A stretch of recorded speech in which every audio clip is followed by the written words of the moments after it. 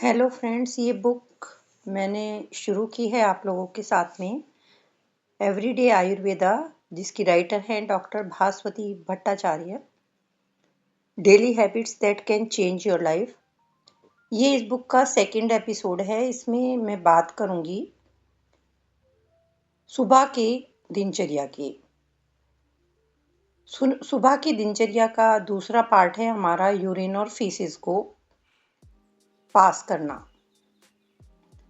आयुर्वेदा में ये बताया जाता है कि हमारी जो नेचुरल अर्ज होती हैं यूरिन की और फीसेस की, उनको हमें कभी भी दबाना नहीं चाहिए, उन्हें निकाल देना चाहिए।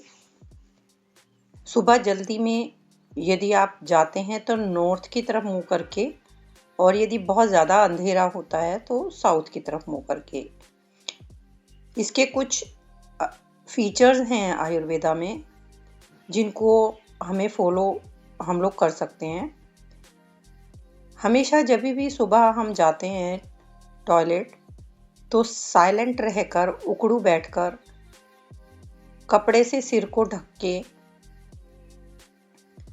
ज़बरदस्ती फोर्स ना लगाकर आराम से अपनी अर्ज को रिलीज करें। आयुर्वेदा में एक और बात बताई जाती है कि ऐसी कौन कौन सी जगह हैं जहां पर मल का त्याग नहीं करना चाहिए।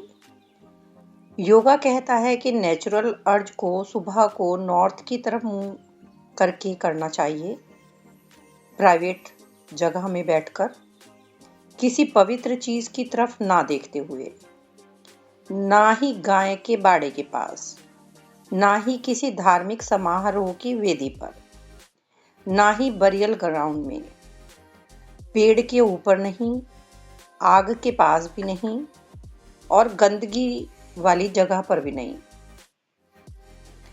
इसको करने का तरीका है पेट की मांसपेशियों को टाइट करके मूलाधार बंद थोड़ा सा लगाकर फिर त्याग करें, उकड़ू बैठकर। ये बेस्ट पोजीशन है। By the pelvis for the best evacuation.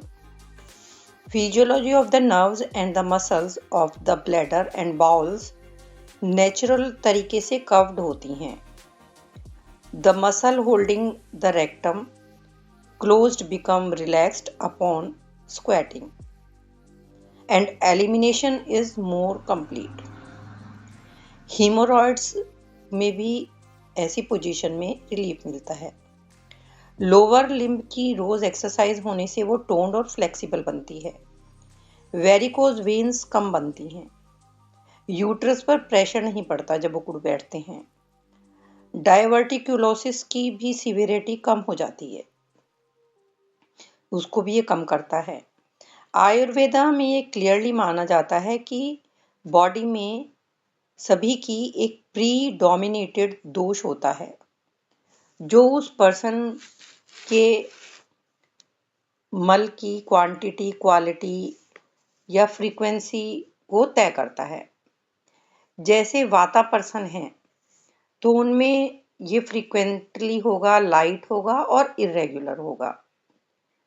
उनमें शुरू के डेज में कॉन्स्टिपेशन देखने को मिलता है वाता वाले पर्सन्स की, और जब लेटर ईयर्स में उनमें इनकॉन्टिनेंस ब्लैडर में या बॉल मूवमेंट में देखा जाता है।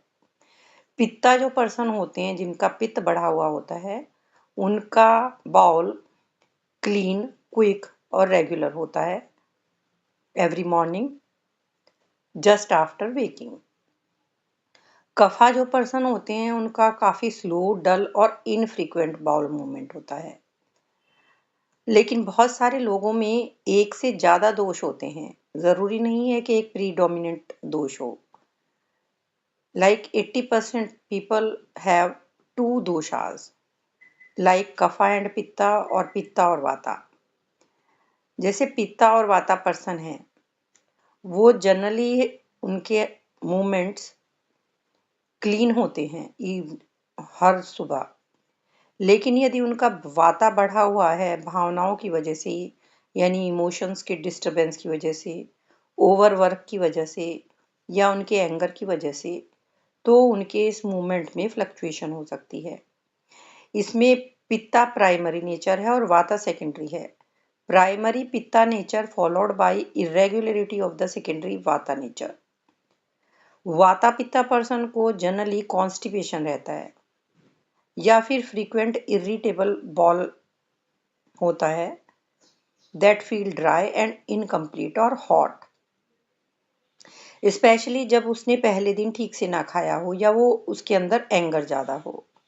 This is due to the airy nature that dries the colon and the mind and makes the body prone to vata imbalance because of the combination of the heat of pitta and the wind of vata.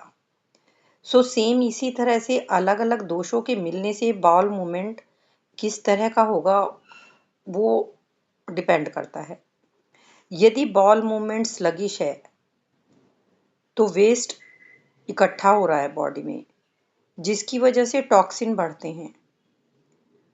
तो उसके लिए writer कहती हैं हमें एक glass गर्म पानी करके पीना चाहिए और उसमें थोड़ा सा फ्रेश जिंजर डाल सकते हैं, अदरक, और धीरे धीरे ये हमारे डाइजेस्टिव फायर को बढ़ाएगा। लेकिन जिन लोगों में एसिड रिफ्लेक्स की प्रॉब्लम होती है वो गर्म पानी नहीं पिएं, और गर्म पानी आपके माउथ और ईसोफेगस को भी साफ करेगा, गैस्ट्रोकॉलिक रिफ्लक्स को स्टिमुलेट करेगा, बाउल मूवमेंट स्मूथ करेगा। सुबह सुबह यदि पेट साफ नहीं होता है तो इसकी वजह से धीरे धीरे बॉडी में टॉक्सिन्स जमा होने लगते हैं। डॉक्टर भास्वती कहती हैं कि हमारा स्टूल हमारी बॉडी के बारे में बहुत कुछ बता देता है। The observation of stool is one of the 10 examinations of the body in the art of Ayurvedic physical diagnosis। यानी आयुर्वेदिक जो डॉक्टर्स हैं वो स्टूल की कंडीशन से काफ़ी कुछ जान जाते हैं। इसे पुरुषा परीक्षा कहते हैं। इसी तरह मूत्र परीक्षा होती है।